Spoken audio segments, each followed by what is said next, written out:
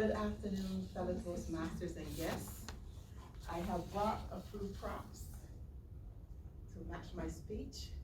A few hats I wear. I might only get to speak about two. I will put them on as I speak. But I would like to give you an overview. I'm going to put my first hat on, which I will get to as a government purchase card agency program coordinator hat. My duties here. Before I get to this hat, I want to give you an overview of where I came from. I was born in Barbados, a Caribbean country, and I came here to the US in 1975. And I came to Miss in actually 1997, where I work in the finance division. Then it was called Comptroller's Office for 13 years here on the 7th floor of this building. 13 years I worked here. I moved to 411, the Grants building, and I worked there for 2 or 3 years. And then the Grants division was reorganized with the A&D division, and so I moved to 301, where I'm currently at. And I was detailed as a division secretary and administrative officer work. And I also volunteered to do some purchasing work. And then the government purchase card needed help, and I applied for the job, and I got it. And so I'll be currently working with the purchase card division for 4 years, and you all have met Peggy Sisson, who is also a Georgia Toastmasters, and she could not be here today because of conflict. She was the one who trained me, teach me everything I know about the purchase card. And so here I am. I'm an agency program coordinator, and some of the things that I assist with, there are 3 of us coordinators, and all of the cardholders at NIS Boulder, NIS Gettysburg have to come through us. We train them, new cardholders, approving officials, convenient check writers, and we give them training.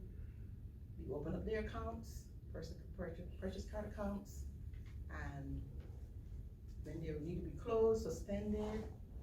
We audit all the transactions. Sometimes we get like 6,000 transactions per month between the 3 of us.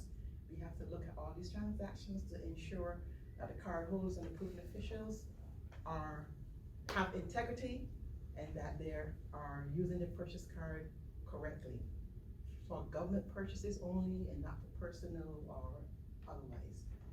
The purchase card office is a very busy department. I love what I do. I get to meet people, I talk to people in Boulder. We also were responsible for Washington, D.C. cardholders, 7 brewers. And so we get to go down to Washington, D.C. on the metro, the conferences, and the people we talk to on the phone, we get to put faces to them. So it's a great job to have. It's hard work, but you also get time where you go to conferences. This past year, I went to Atlanta, Georgia, to a GSA conference, and it was really grand. And so those are some of the good times, just the purchase card. Most of the time, we are working all the time, and it's a very busy department. So that is my purchase card hat. The next hat that I would like to talk to you about is called Lady Daniel hat. And actually, I have my red shoes on, I have my purse on, my hat. My husband, whose name is Andre, became an associate pastor at the church this past 2012. He and I were both ordained. So here I became a pastor's wife. And so I wanted to wear my pastor's hat today and just give you a couple of stories. Being a pastor's wife might seem to be glorious, seems like a glorious, glamorous title, but it really is not. So you get to be behind the scenes. The pastor gets to preach and do all the good things, but you at home, you are the maid actually. You have to help him, make him look good. So everything that he needs, you get. And also for the church, you become the Sunday school teacher, the choir director, you drive the van to pick up people, everything. It's a 24-hour job, actually. But I enjoyed it. I grew up in a Caribbean island, so we, go to church. And so it was no surprise to me that I married someone who was also in church. My husband was also from St. Lucia. And we also was born 2 great kids to us who also in ministry. So our whole family's been in ministry. So as a pastor's wife, Lady Daniel, whatever they call us, first ladies, I have integrity, and we love the people. We were at African churches, American churches, Jamaican churches. We've been everywhere. We've seen it all. We've been to churches where they have 1-hour church, 4-hour church, 6-hour church. It's there. You don't get to sleep on Sunday afternoons. And so I've learned not to sweat the small stuff. I have patience. My husband sometimes talk about me. I was like, don't talk about me, not in a bad way, but he would give examples of what happened in his house with his kids. So he had to find something to preach on, so he preached about his family. But I just wanted to give you a couple of things. So, so being a government purchase card coordinator and they're all important. They both need loyalty, they're both hard work, and I enjoy doing both.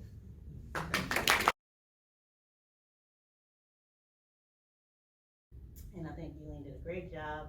She came last week to the members' lunch to go over her idea for the speech. I thought it was a great idea. I encouraged her to bring the hat, so I'm glad she did. That was a really good part of her speech. So, yes, I want to commend you on bringing the hats and using them as a prop. I think you did very well using them. They emphasized your points on the aspects of your life that you wanted to explain to us that are important to you. The brown hat I thought was appropriate for the work. It's like, coming a more boring hat. So I think it went well with the work, and then you put the fancy red hat on for the church lady. So I think you did really well, and then you had your other props, your purse. I think that was a really good element of your speech. Another thing you did well was the content. You took your speech purpose to heart, which was to introduce yourself, and so you picked aspects of your life that will give us a good idea of what's important to you and what you spend the most of your time on. So that was a good choice to talk about your work life and your home life and your church life. So good job on that. Some areas of improvement. Your opening was wacky. You kind of came up and you set up your hats, and then I don't think you had prepared an opening to explain what the hats were for or what your speech would be about, so you kind of just went straight into the first hat. So I think in the future, if you kind of work on an opening, a couple sentences to introduce your speech, what you're going to talk about, that would be good to work on. And also your body language. I think in the beginning, you were a little nervous. You had the paper in your hand, but after a while, you got more comfortable, took the paper down, and then you were kind of showing off your props. So, yeah. So I think you did a good job warming up during your speech, but maybe in the beginning you can kind of work on body language. Overall, I think also your ending, I want to commend you on keeping aware of the time. You had a shorter amount of time because it's an icebreaker, so you weren't able to get to your third hat, which I think is okay because that'll be a topic for a future speech. We'll get to hear what that hat is about, but you were aware of the time. I guess it was read, we'll hear the time report later, but when you saw you were kind of out of time, you wrapped it up nicely. Your ending summarized what you were talking about. So I think you did a good job there. So overall, good job, Eileen. Congratulations on your icebreaker. I thought you did a great job, and we look forward to hearing more speeches.